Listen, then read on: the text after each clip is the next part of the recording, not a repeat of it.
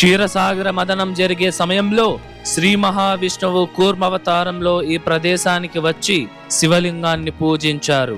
దుర్వాస మహర్షి దేవతల రాజైన ఇంద్రుడితో సహా దేవతలందరూ వాళ్ళ శక్తిని కోల్పోవాలి అని శపించారు.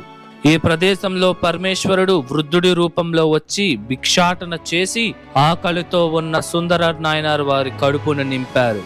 ఈ ప్రదేశంలో పరమేశ్వరుడు శ్రీ మహావిష్ణువు కొరకు నృత్యాన్ని ప్రదర్శించారు. ఈ ఆలయంలోని స్వామివారిని సుందరర్ వారు కీర్తించడం ద్వారా ఈ ఆలయం 276 పాడల్పెట్ర స్థలాలలో ఒకటిగా నిలిచింది. ఈ ఆలయాన్ని 1200 సంవత్సరాల క్రితం చోళరాజులు నిర్మించగా 16వ శతాబ్దంలో నాయకర్ రాజులు అభివృద్ధి చేశారు. హాయ్ హలో నమస్తే, వెల్కమ్ టు అవర్ ఛానల్ ఆలయ యాత్ర.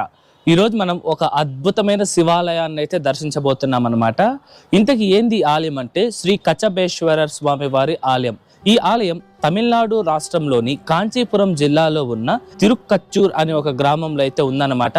మనకి చెన్నై సెంట్రల్ రైల్వే స్టేషన్ నుండి 54 కిలోమీటర్ల దూరంలో, చెంగల్పట్టు రైల్వే స్టేషన్ నుండి 11 కిలోమీటర్ల దూరంలో ఈ ఆలయం ఉంటుంది. ఈ ఆలయం తాలూకా లొకేషన్ కూడా నేను మీకు డిస్క్రిప్షన్లో ఇచ్చుంటాను, చెక్ చేయండి. ఈ వీడియోని లైక్ చేసి స్టార్ట్ చేయండి. మన ఛానల్ ఏమైనా సబ్స్క్రైబ్ చేసుకోకుండా ఉంటే సబ్స్క్రైబ్ చేసుకోండి. రండి ఇప్పుడు మనం ఆలయం వద్దకైతే వెళ్దాం. ముందుగా ఈ ఆలయం యొక్క టైమింగ్స్ విషయానికి వస్తే, ఈ ఆలయం ప్రతిరోజు ఉదయం 8 నుండి మధ్యాహ్నం 12 వరకు, తిరిగి సాయంత్రం 5 నుండి రాత్రి 8 గంటల వరకు భక్తులకి అందుబాటులో ఉంటుంది. ఇప్పుడు రండి మనం ఈ ఆలయం లోపలికి వెళ్ళి ఈ ఆలయం యొక్క పూర్తి స్థల పురాణం తెలుసుకుందాం.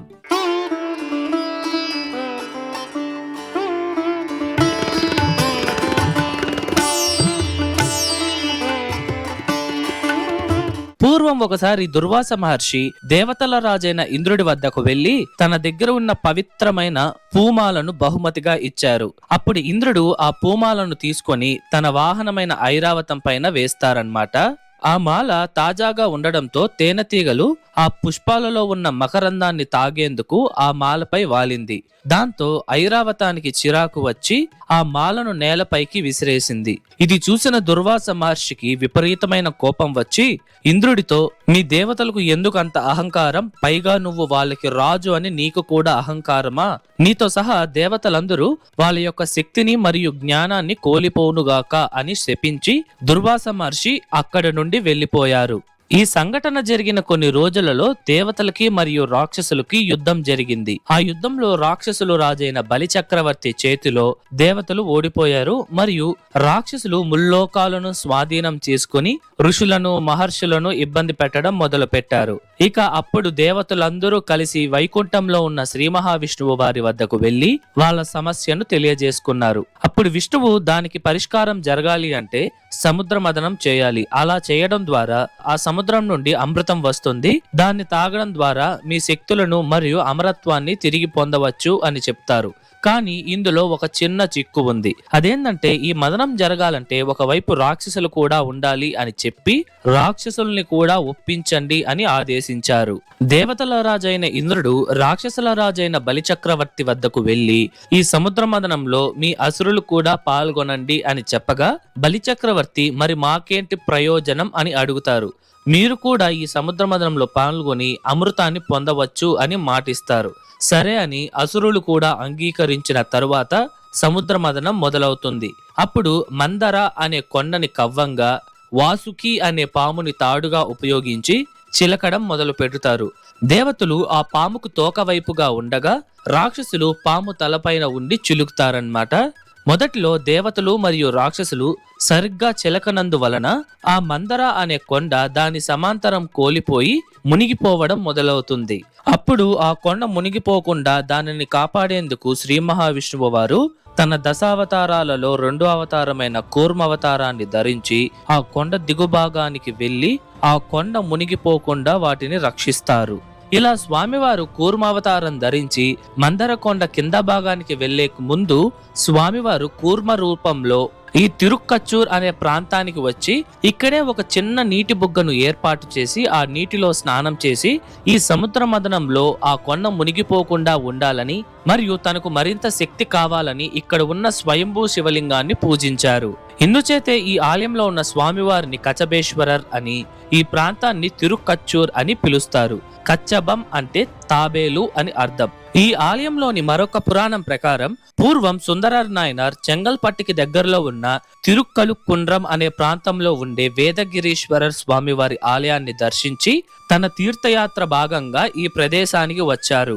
అలా సుందర నాయనార్ మరియు ఆయన శిష్యులు చాలా సమయం ప్రయాణం చేయడంతో ఆకలితో ఈ ఆలయం ముందర ఉన్న 16 స్తంభాల మండపంలో కొంత సమయం విశ్రాంతి తీసుకుంటూ ఉంటారు.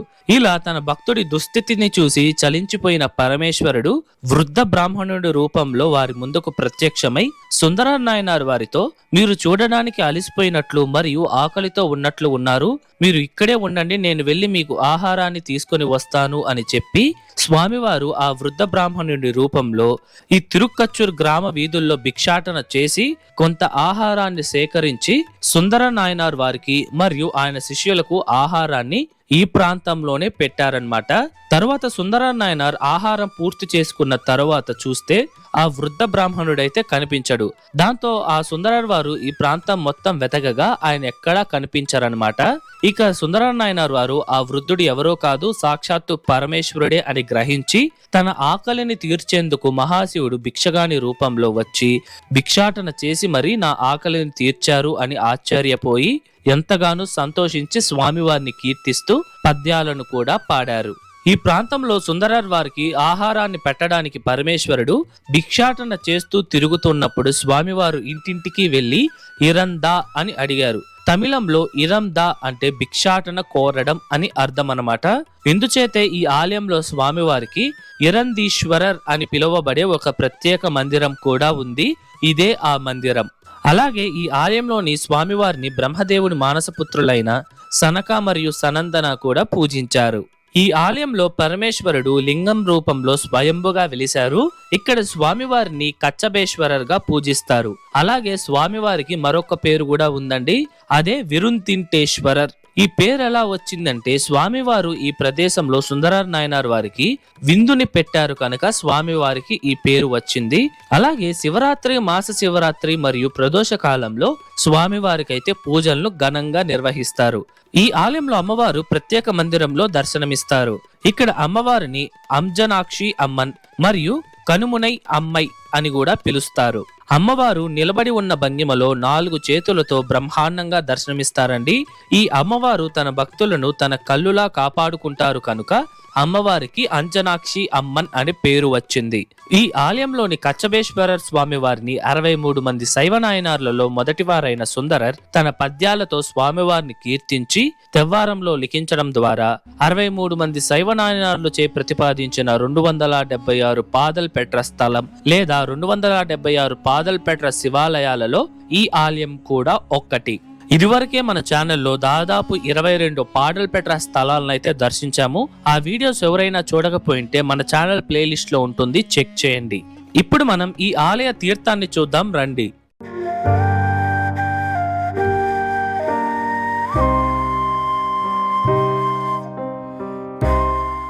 ఈ తీర్థం కూర్మావతారంలో ఉన్న శ్రీ మహావిష్ణువు వారిచే ఉద్భవించిందనైతే చెప్తారు. అలాగే ఈ తీర్థంలో స్నానం చేసి కూర్మావతారంలో ఉన్న స్వామివారు ఆలయంలోని మహాశివుణ్ణి పూజించారు. ఈ తీర్థాన్ని కూర్మ తీర్థం అని పిలుస్తారనమాట. ఈ కోనేరు కూడా చాలా పెద్దదిగా ఉంటుందని మీరు కూడా చూడొచ్చు. చుట్టూరు చెట్లతో ఎంతో అద్భుతంగా కనిపిస్తుంది అన్నమాట. అలాగే ఈ తిరుక్కచ్చూర్ అనే గ్రామానికి ఉన్న ఏకైక నీటి సదుపాయం కూడా ఈ కోనేరే.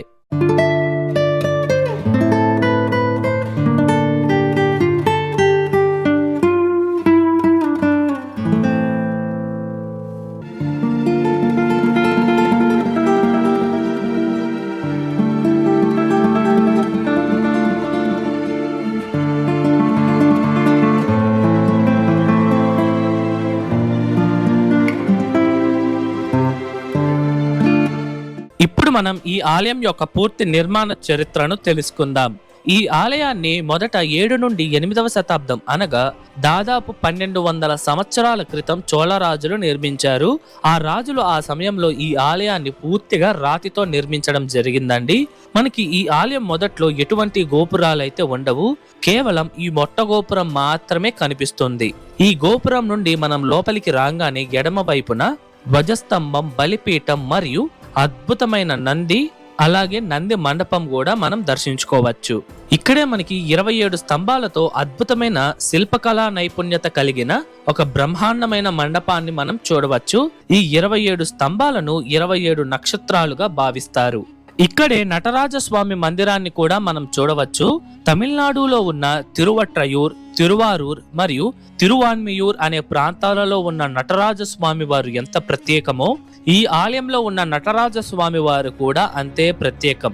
ఇక్కడ ఎందుకు ప్రత్యేకం అంటే పరమేశ్వరుడు శ్రీ మహావిష్ణువు వారి కోసం అజబా అనే నృత్యాన్ని ఈ ప్రదేశంలోనే ప్రదర్శించినందున ఈ నటరాజస్వామి వారు చాలా ప్రత్యేకమన్నమాట. ఈ ఆలయంలో వినాయక స్వామి వారికి ప్రత్యేక మందిరం కూడా ఉంది. ఈ మందిరంలోని స్తంభాలపై ఎన్నో అద్భుతమైన మరియు సుందరమైన విగ్రహాలను మనం చూడవచ్చు.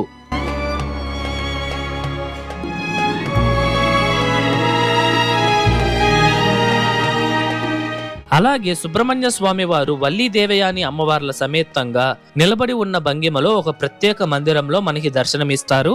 ఈ సుబ్రహ్మణ్య స్వామి వారిని అరుణగిరినాథర్ తన పద్యాలతో కీర్తించి తిరుప్పుగల్లో కూడా లిఖించారనమాట. అలాగే స్వామివారి మందిరం చుట్టూ ఉన్న గోష్టంలో ద్వార గణపతి, దక్షిణామూర్తి, శ్రీ మహావిష్ణువు, బ్రహ్మదేవుడు, అలాగే దుర్గాదేవి మహిషాసుర అని పిలువబడే రాక్షసుడి యొక్క తలపై నిలబడుకొని బ్రహ్మాండంగా మనకి దర్శనమిస్తారు. ఇలా ఎంతో బ్రహ్మాండంగా మరియు అందంగా ఉన్న ఈ ఆలయం 2 ఎకరాల విస్తీర్ణతలో ఉంటుంది. ఈ ఆలయాన్ని అతి ముఖ్యంగా 16వ శతాబ్దంలో నాయకర్ రాజులు పునర్నిర్మించి ఎంతగానో అభివృద్ధి చేశారు. ఈ ఆలయంలో కూడా మనకి అనేక శాసనాలు అయితే కనిపిస్తాయి. ఆ శాసనాల ప్రకారం చోళరాజుల కాలంలో ఈ ప్రాంతం జయంకొండ చోళ మండలంలో ఒక భాగంగా ఉండేది. ఈ ప్రాంతాన్ని ఆ సమయంలో వినోత నల్లూర్ అని పిలిచేవారన్నమాట. అలాగే ఇక్కడ ఉన్న స్వామివారిని పూర్వం తిరు ఆలకోయిలూర్ ఉడయార్ అని పిలుస్తారు.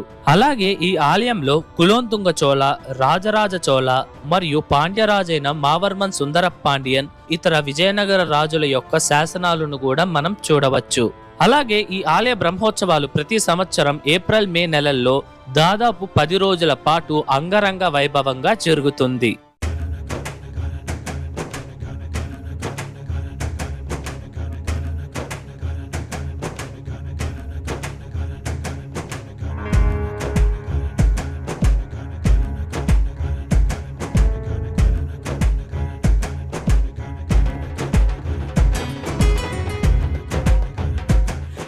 ఇదండి ఇవాల్టి వీడియో ఎలా ఉంది, నచ్చిందా?